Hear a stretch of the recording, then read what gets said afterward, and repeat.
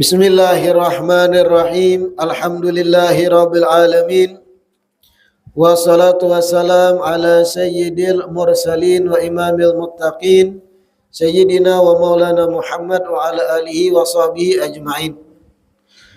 Alhamdulillah, segala puji selalu dan senantiasa terhatur kehadirat Allah Subhanahu wa taala yang maha melimpahkan nikmat sehat, afiat, rezeki yang luas pada kita seberataan, sehingga diperjumpakan lagi di majelis ilmu yang besar harapan kita mudah-mudahan membawa kemanfaatan ganal bagi kita berataan di dunia dan terlebih lagi kelak di akhirat. Amin ya rabbal alamin.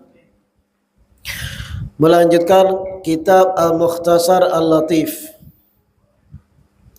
Wa auratul rajul wal amati ma baina surratiha wa rukbatiha wa auratul hurrati fi salati wa indal ajanibi jami'u badaniha ilal wajha wal kaffaini wa inda maharimiha ma baina surrati wa rukbati.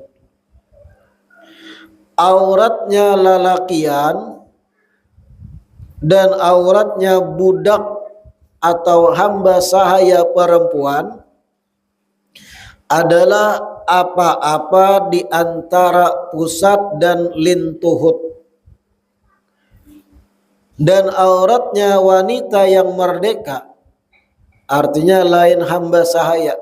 Nah, kayak kita di sini.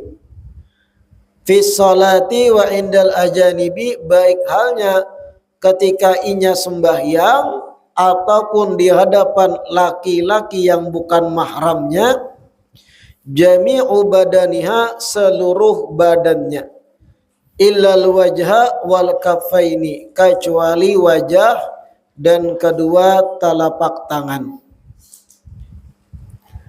Wa inda maharimiha, adapun auratnya babinian di hadapan laki-laki yang mahramnya, dang sanak abah yaitu paman, dang sanak mama yaitu paman juga, kai abahnya mama, abahnya abah, kai pihak binian, kai pihak lakian dari abah. Adapun auratnya babinian yang sudah balik di hadapan mahramnya, ma baina surrati wa rukbah, antara lintuhut dan pusar atau pusat. Wa yu'fa andami ma la nafsa lahu sa'ilatun. Nah, ini masuk pada pembahasan najis-najis yang dimaafkan ketika kita sembahyang. Jadi najis-najis yang dimaafkan ketika sembahyang. Jangan disamakan dan dicampur aduk pembahasan najis-najis yang dimaafkan di dalam bab banyu. Nah, itu lain lagi. Bab banyu dan bab syarat sah salat itu beda. Apa yang dimaafkan antara kedua bab ini beda. Ada kesamaan tapi banyak bedanya. Wa yufa, dan dimaafkan di dalam salat maksudnya andami ma la nafsa lahu sa'ilatun, darah binatang yang mana darah binatang tersebut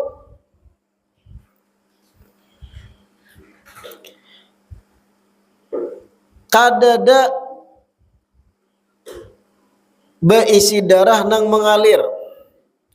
Wa fi ba'dhin nusakh andami maitatin la nafsa laha wa la'alla sawab ma athbatnah li anna kalahuna 'anil umur al ma'fuanah fi shalah la fil miyah wallahu alam.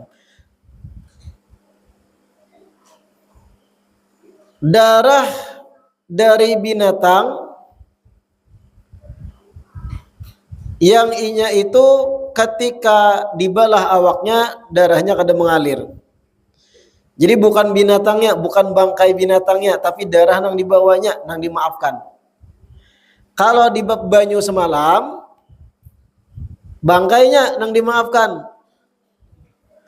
Bangkai masuk dalam banyu.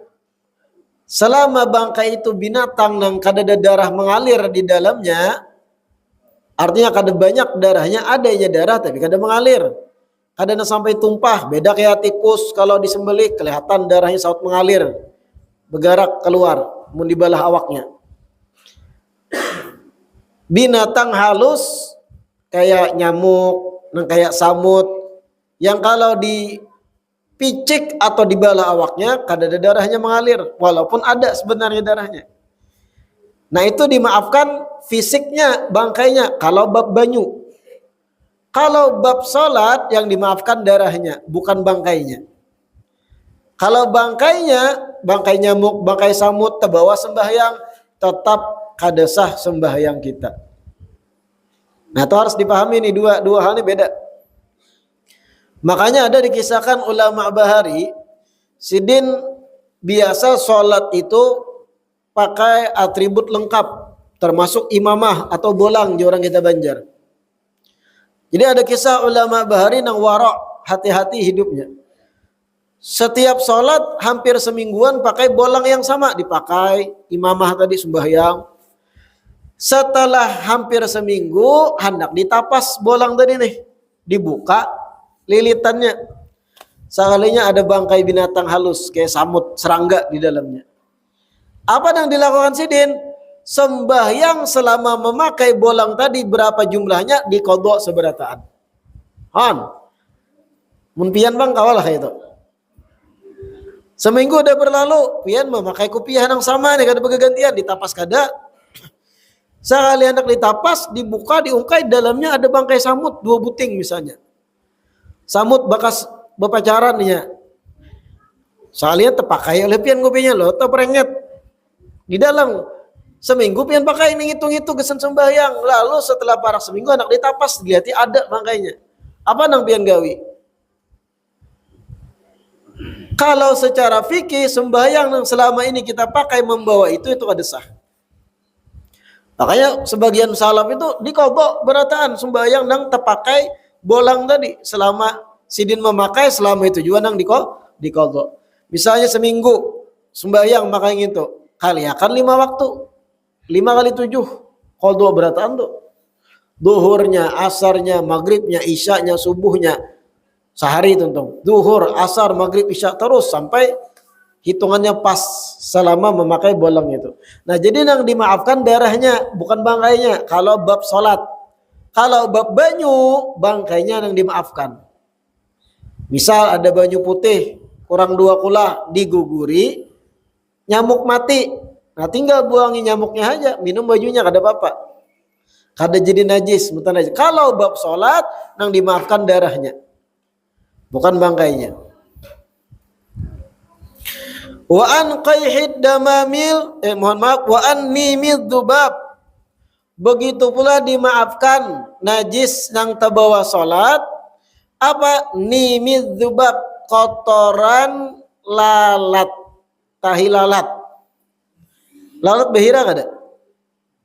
Siapa yang sudah melihat lalat behira? Lalat tuh kadang behira, kadang bakami. Cairan tahinya tuh kadang. Singgapnya satu tempat, terbang pulang. Terkadang ada sisa model semacam titik gitu nah. Hirang, cair. Nah itu kotoran lalat tuh, tahi lalat. Lain tahi lalat yang di awak, di kulit lain pulang. Kotoran lalat. Nah itu dimaafu dalam salat, dimaafkan. Itu disebut nimud dzubab, kotoran dari lalat. Namun bangkai lalatnya najis tetap, kada sah di bawah salat. Tapi kalau lalatnya hidup, sah di bawah salat. Nya hidup, yang mati itu hanya disambat najis dan bangkai. Kalau hidup, samut pian menghurungi kepala pian, hidup tapi samutnya masih, pian bawa sembahyang, sah. Saking manisnya orang ini dihurungi samut misalnya. Selamanya hidup tuh sah lah. Nah kita bahas kalau mati jadi bangkai. Begitupun lalat, begitupun binatang apapun kalau hidup, Misalnya pian sembahyang, ular melilit, sah. Tapi sangguplah pian melanjutkan. Wa andamil batharat qalilihi wa kathirihi. Dimaafkan pula apa? Darah dari jerawat-jerawat. Jerawat sampai berdarahan, keluar darahnya. Jerawatnya keganalan sudah, pecahnya darah. Nah dimaafkan sedikit atau banyak, qalilihi wa kathirihi. Dan jerawat itu kadang mesti di muha aja, kadang ada di belakang bahu jerawat, kadang di belakang punggung jerawat tuh, kadang ada di bagian dada, batharat, dalam bahasa Arab tuh batharah, kadang bahkan di paha. Kalau keluar darah dimaafkan gitu. Wa an qaihid damamil wa sadidiha, dan dimaafkan pula nanah nang keluar dari bisul. Jadi nanah nang keluar dari bisul itu najis hukumnya. Kalau berbicara hukum, hukumnya najis. Cuma kalau terbawa sholat dimaafkan. Wasodidiha, begitupun cairan yang keluar dari bisul selain nanah. Nanah itu warna apa? Hijau-hijau tuh. Pernah lah mencek bisul Ben? Ada gumpalan hijau. Itu bisul tuh. Itu disebut bahasa Arab qaih. Nanah dari bisul. Ada juga nang sodid, cairan yang selain daripada nanah tadi. Itu pun dimaafu kalau terbawa sholat. Kalau hukumnya najis, tapi kalau terbawa sholat dimaafkan. Wa anil qalil min damil ajnabi ilal kalba wal khinzir, dan dimaafkan juga, dimaafu juga sedikit dari darah apapun selain darah awak kita, kecuali darah anjing dan darah babi. Artinya pian lagi sembahyang, sekalinya terbawa darah kambing misalnya, imbah sembelihan, ada kecipratan ke baju koko darah kambing, kalau sedikit dimaafu. Kalau banyak hanyar, wajib dibasuh, kadesah sholat dibawa. Baik darah kambing, baik darah sapi, baik darah kucing, darah binatang apapun, selama bukan darah anjing dan babi, dimaafu kalau sedikit.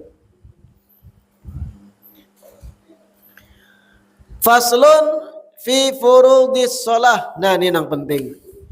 Fasal tentang fardu salat, atau bahasa kitab yang lain rukun salat. Nah ini yang penting benar nih. Furudus salati sab'ata asyara. Fardu salat atau rukun salat ada 17. Ada berapa? 17.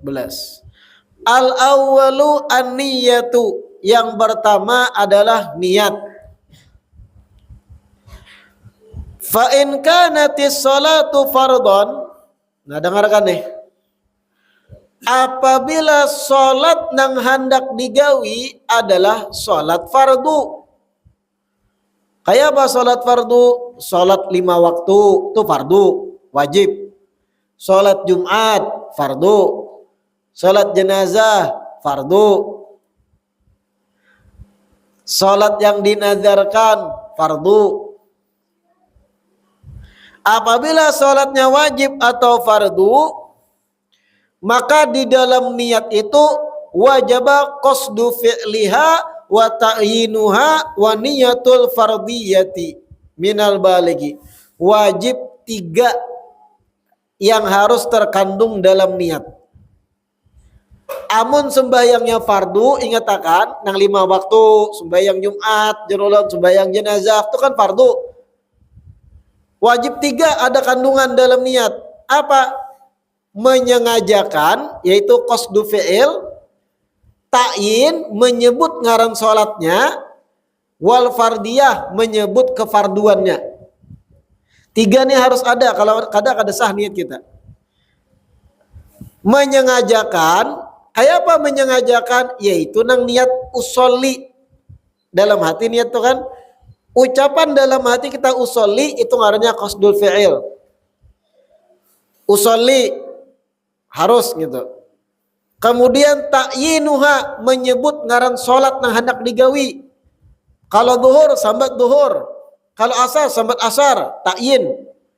Dan yang ketiga fardiyah, disebut kefarduannya. Jadi kalau niatnya usolli fardhu zuhri, ketiganya sudah tuh. Usolli qasdu fi'il, fardhu fardiyah, zuhri zuhurnya. Jadi kalau dalam hati usolli fardhu zuhri sah dah. Kada kawa kada cukup usolli wara kalau nang digawi fardu.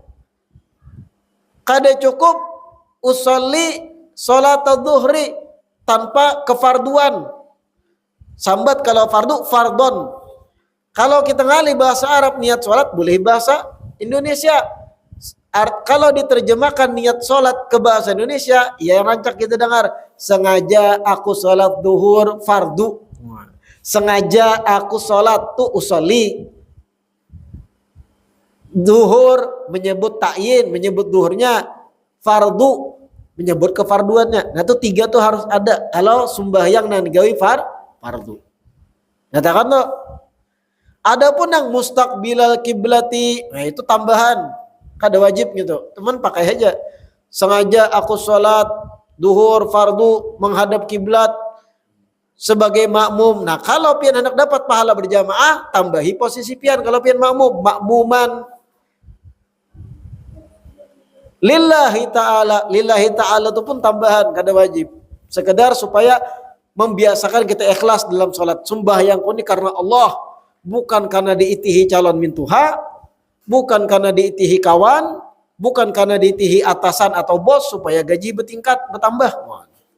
Lillahi ta'ala, karena Allah sembahyang. Nah itu sebenarnya kada fardu, kada wajib menyebut tuh. Cuman itu harus dibiasakan supaya kita biasa ikhlas.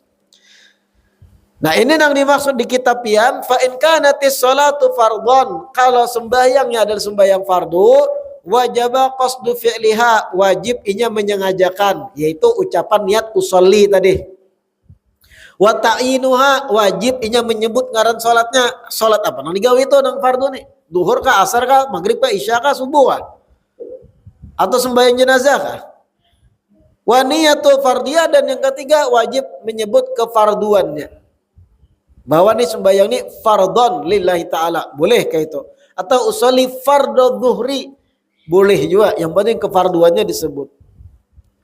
Wa niyatul fardiyati minal balighi, itu bagi orang yang sudah balik niatnya. Apabila inya belum balik, maka jar ulama kada wajib dalam niat menyebut fardhon tadi. Kenapa kada wajib? Karena kakak nang belum balik belum diwajibkan sholat. Kita nang balik wajib menyebut fardiyah tadi, fardhon lillahi ta'ala, atau fardhu zuhri, fardhu maghrib, fardhu asri. Wa in kanat nafilatan muaqqatatan, apabila sholat nang disembahyangkan itu, nang digawi itu adalah sunat nang dibatasi waktu, sunat nang memang ada waktunya tertentu. Kayak apa sunat nang ada waktu tertentu? Banyak, sembahyang duha, sembahyang witir, sembahyang ba'diyah, qabliyah, tarawih. Itu seberataan ada waktunya. Kayak apa ada waktunya? Kayak witir, setelah menggawi isya sebelum azan subuh, itu waktu salat witir. Sembahyang duha setelah isyraq sampai sebelum azan zuhur. Setiap salat sunat yang ada bebatas waktunya, muaqqatatan kal witri, seperti salat witir, au dzata sabab, atau salat sunnah yang memiliki sebab. Nah itu kan dibatasi waktu juga. Seperti apa? Kal kusub, seperti sembahyang gerhana. Sembahyang gerhana itu kan sunat, matahari kah, gerhana bulan kah, dan kesunahannya berwaktu. Kapan waktunya? Kalau gerhana terjadi. Kalau salat sunnahnya memiliki waktu tertentu kayak ini, wajib qasdu fi'liha, wajib inya sengaja menyengajakan, usollinya wajib, wa ta'yinuha, dan yang kedua wajib menyebut ngaran salat nang digawinya. Itu aja nang dua wajib. Kalau pian sembahyang duha wajib usolli salat duha. Usollinya karena sembahyang duhanya karena disabat ta'yin. Kalau sunnahnya kada perlu disabat. Sunnatan lillahi ta'ala kada usah, kada apa-apa. Yang penting usolli tasambat dalam hati niat dan ngaran sembahyang nang digawi tasambat juga. Kalau witir usolli salatal witri. Kalau sembahyang qabliyah ba'diyah sama sebut. Usolli sunnata qabliyati dhuhri misal. Atau sunnatan qabla dhuhri, yang penting ta'yin apa nang pian gawi itu.